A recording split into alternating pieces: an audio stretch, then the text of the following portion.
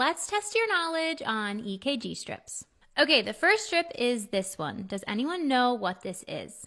This is atrial flutter. We know this because the rhythm is regular, but we don't really have any P waves. How about this strip? The rhythm is irregular and the P waves are absent. This is atrial fibrillation or AFib.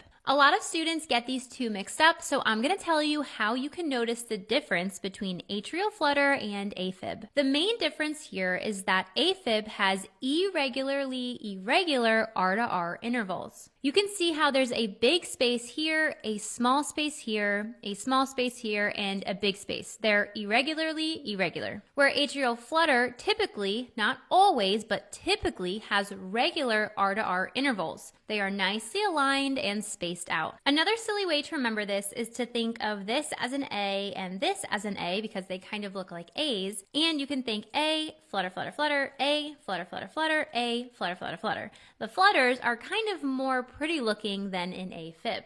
Now, in AFib, these do look like A's as well, but we have A, fibbing, fibbing, fibbing, A, fibbing, fibbing, fibbing. They kind of look more irregular versus our nice little fluttering here in A flutter. So now hopefully you can tell the difference between atrial flutter and AFib.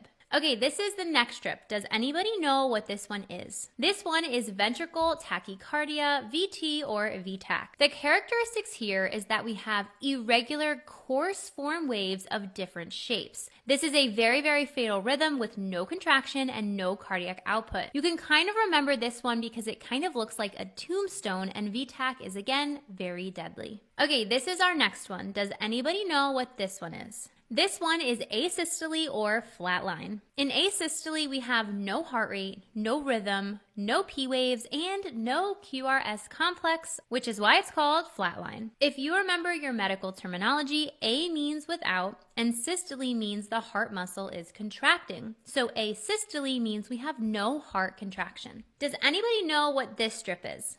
This one's a little tricky because here we have a nice PQRS complex, and then we have this weird thing that's going on. We call this PVCs or preventricular contractions. It's an early or premature conduction of the QRS complex. Occasional PVCs are harmless, but if we have frequent and consistent PVCs, that's when it becomes an issue and actually can lead to deadly rhythms. It's important to note there are a few different types of PVCs. Bigeminy, which happens every other beat. Remember, bi means 2. Trigeminy means 3, so this PVC happens every third beat. Quad means 4, so quadrigeminy is a PVC that happens every fourth beat. Okay, last but not least is this strip. Does anybody know what this is?